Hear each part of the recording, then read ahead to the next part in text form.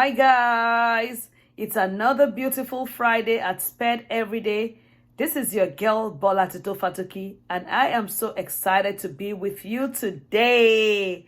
Yay! And what are we going to be learning about? Our topic today is modification and accommodation support for individuals with special needs. Modifications and accommodation support for our individuals with special needs. And we're going to be featuring the life skill consistency. When I talk about consistency, that is a great tool to achieve success. Consistency gives stability, and not just that, it helps to build a habit. So when we're working on something and we're being consistent with it, it becomes part of us. If we do not have that skill, consistency, it's difficult for us to push forward.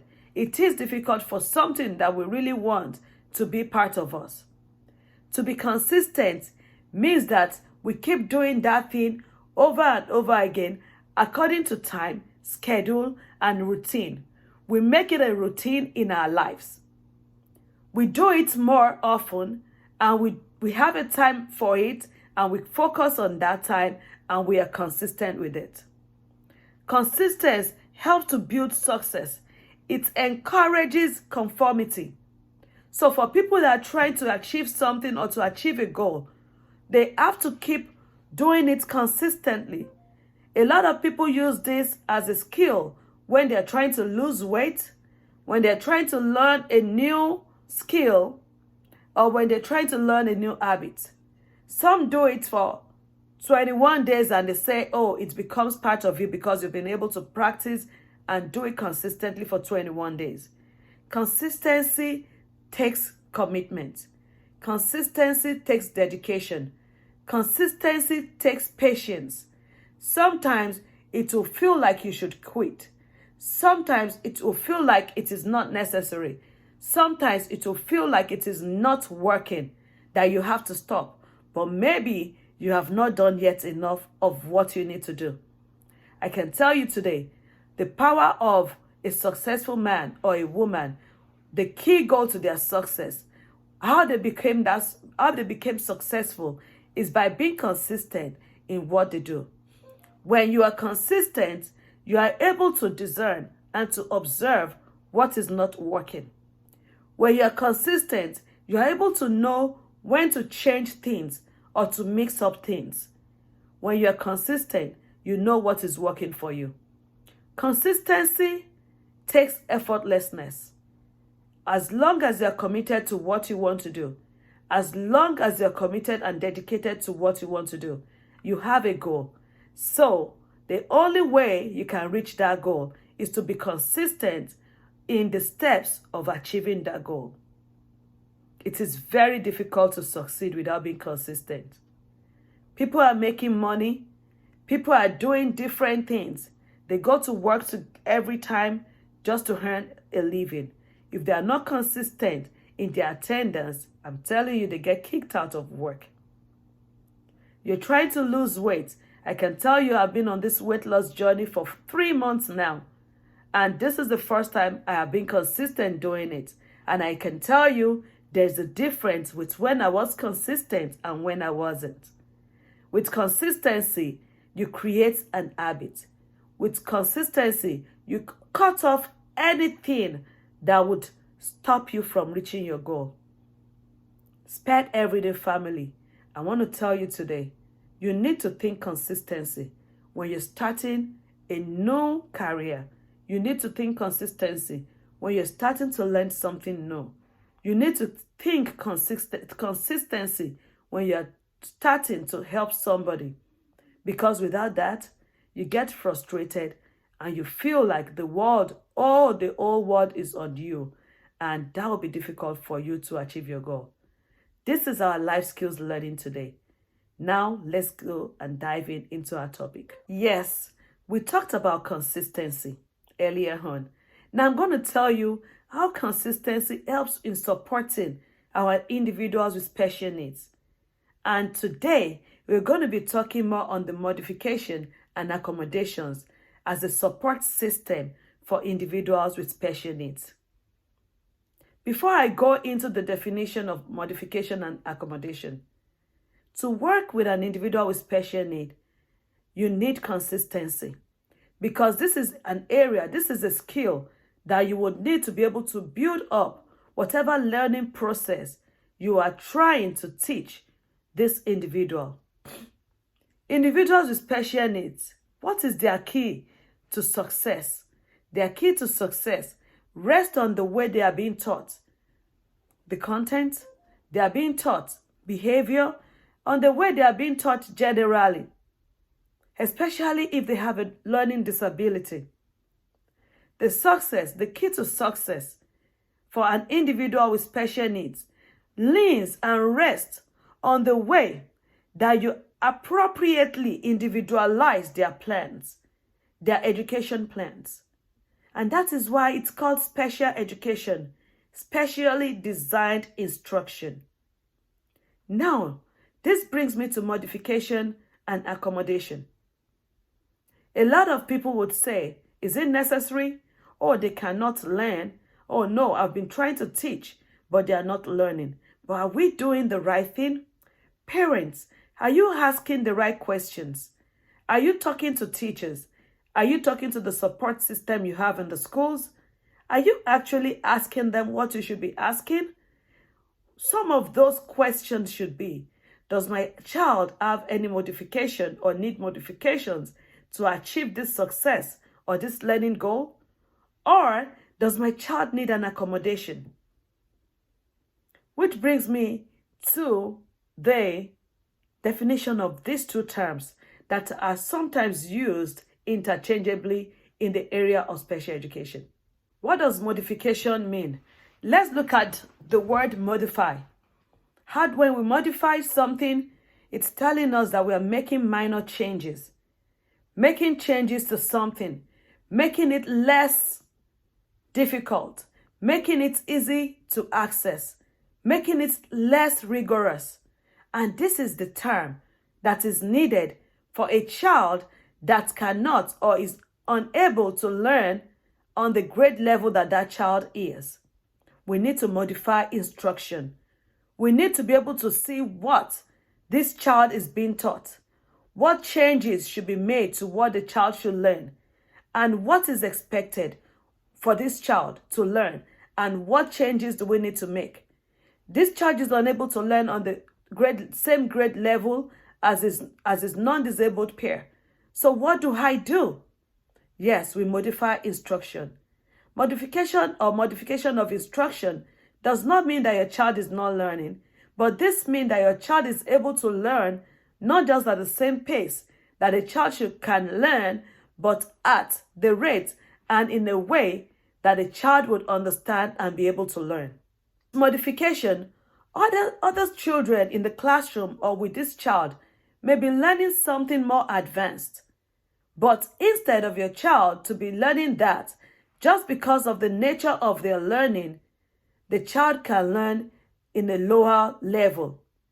Not just lower, to you, to me, may seem lower, but that is what the child is capable of comprehending, and that is why instruction has to be modified for that child.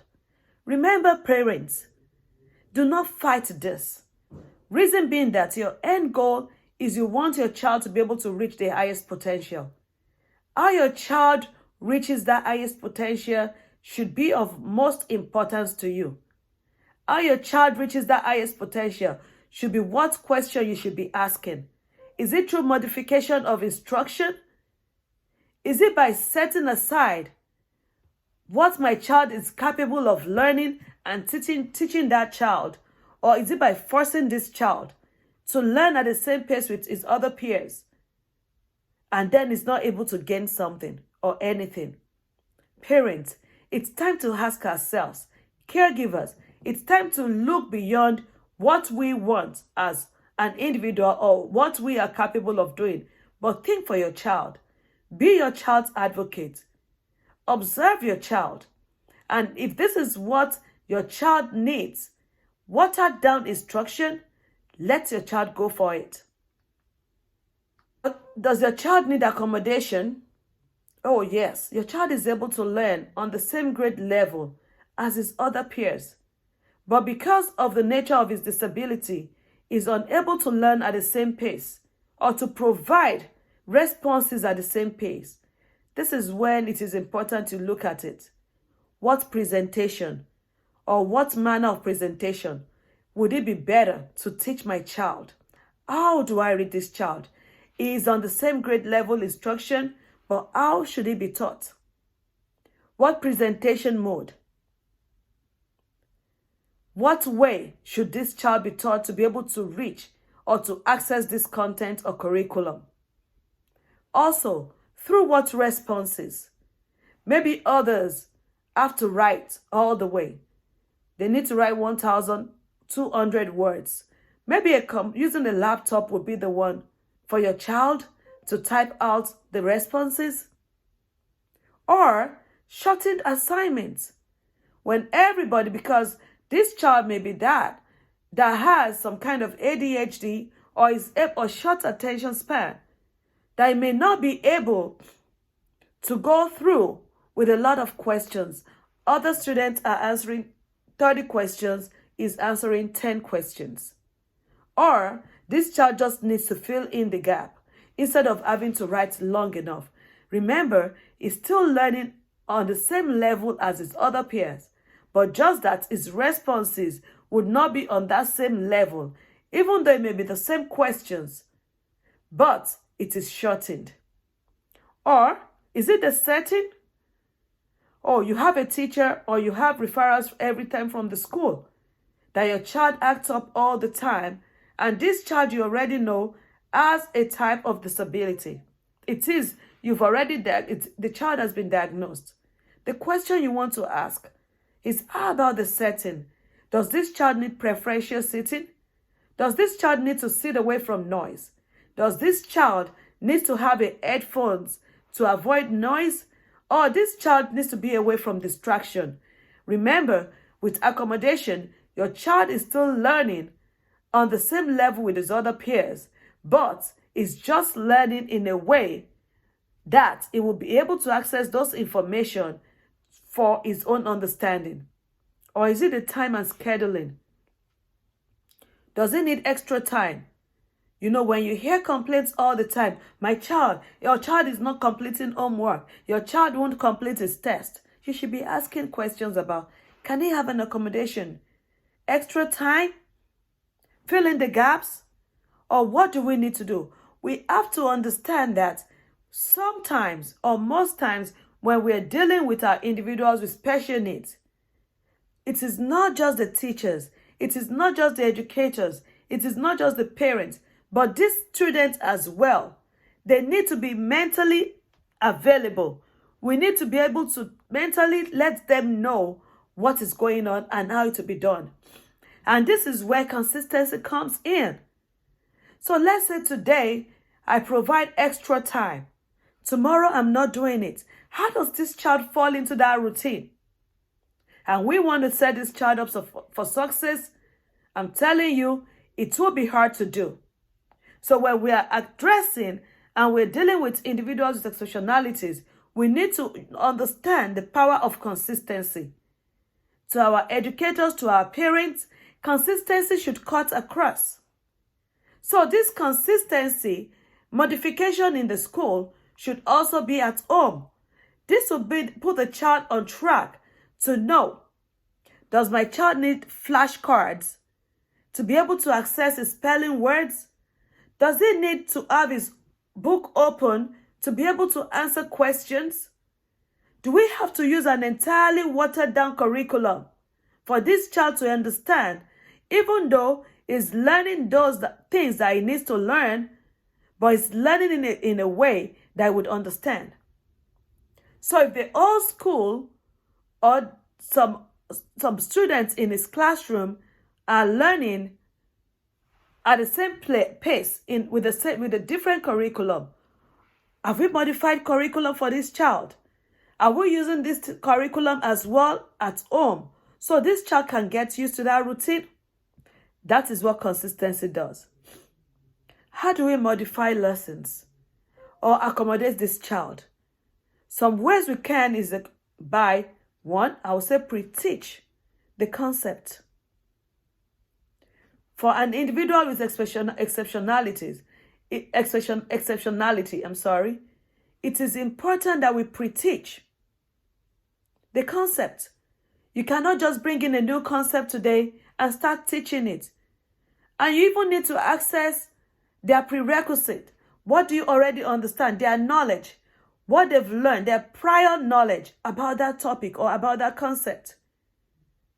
While you're doing that, you want to teach vocabularies that they will be hearing from you while you teach that concept. While other peers that do not have disability may be able to flow into that child with disability may not be able to. So this is not just for teachers. This is also a skill, parents, that you have to understand at home. Because your child is 6 years old and you've raised a child that was 6 years old before and you said things straightforward to them and they understood, doesn't mean that your child with exceptionality would understand that way. So most times when you're even teaching skills at home, cleaning skills, how to brush your teeth, how to wash, you need to be able to modify instruction. Are you trying to teach your child how to brush? It's capable of brushing, but it may need an accommodation to brush. This accommodation can be in form of assistive technology. It can be by using something to raise their child hand up to get their toothbrush to their mouth. Or it can be you helping them out if you're trying to modify the instruction. Also, always ensure that you make sure study guides available. While modifying instruction, while creating accommodations, study guides help a lot. I've talked before on this platform, task analysis. You know what study guides do? They help to break down and the child can refer back to them. Remember, as I'm talking today, I'm not saying every child is the same. No. But there are just some basic assistance or learning methods that can generally acceptable. And it's possible, even without a child without disability, will still benefit from using the study guide.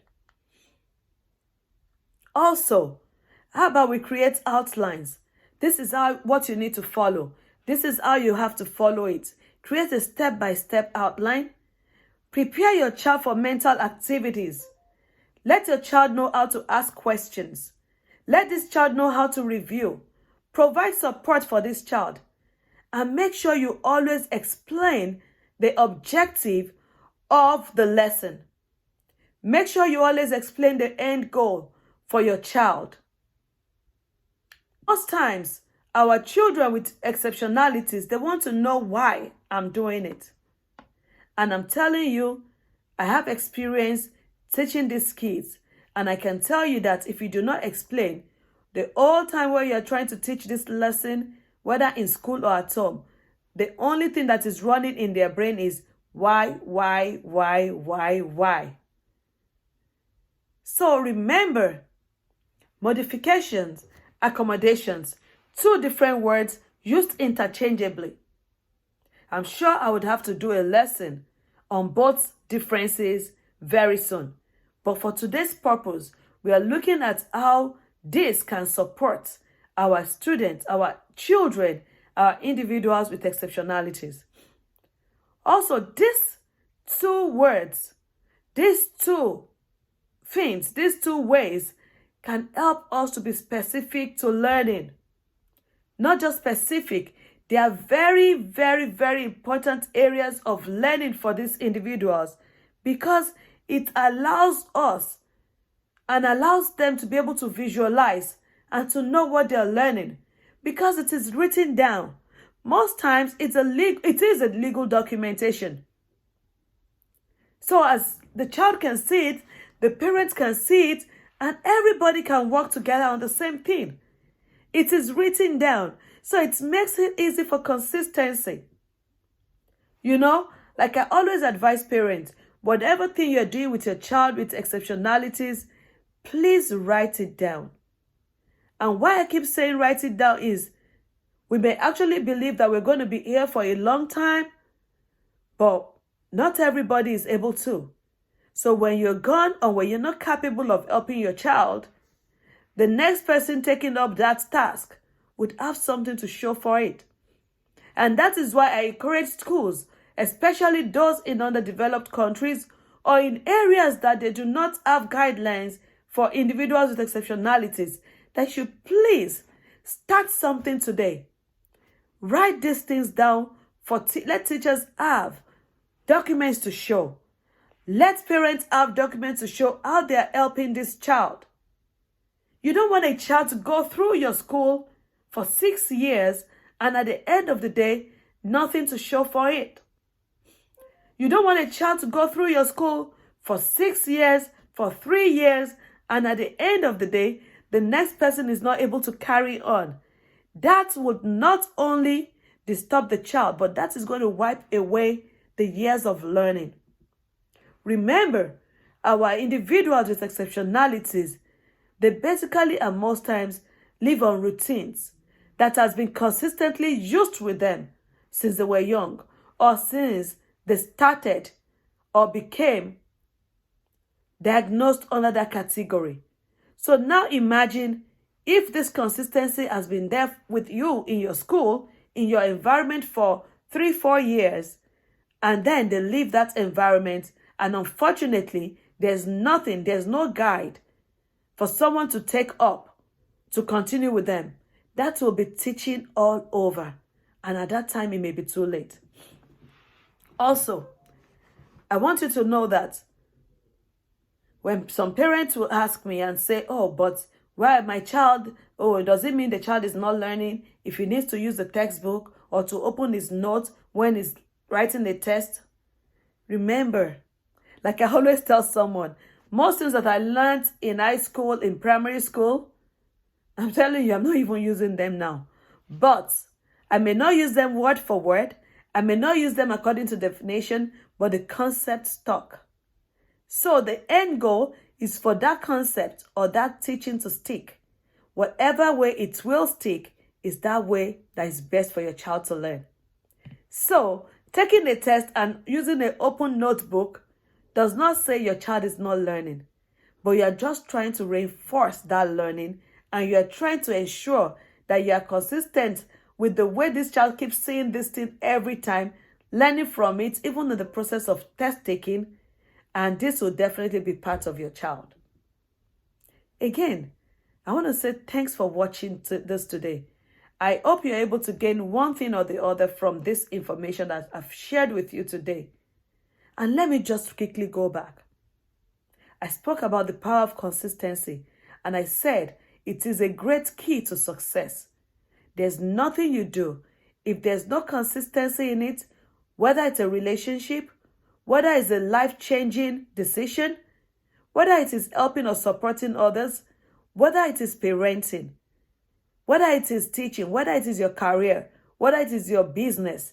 If you do not have the ability to be consistent in doing things right, I'm telling you, you are set up for failure. But with consistency, you are set up for success. With consistency, you are able to view and to know things you need to change, what you need to add, remove, and how you need to keep going. I also talked about modifications and accommodation. I told you today we are not going to be talking about, because these words are mostly used in special education and they're mostly used interchangeably, but that is not our focus tonight. Our focus is for you parents to know that when you hear these terms in meetings and you hear somebody reading out, oh, these are your child's modification and accommodation, you need to ask questions. How is this being accessed? And how is this helping my child?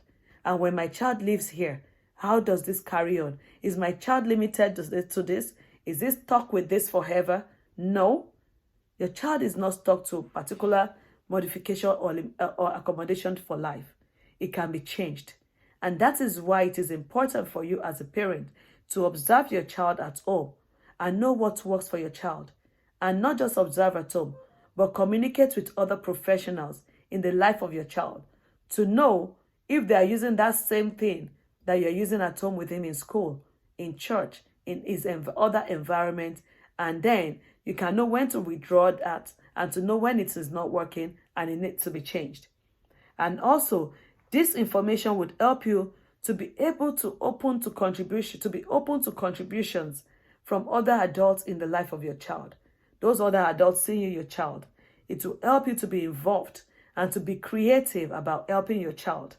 And should anything change in their modification or accommodation, accept it, embrace it, and know it's another challenge for you to be consistent again and to build on what your child has learned for a better and successful future.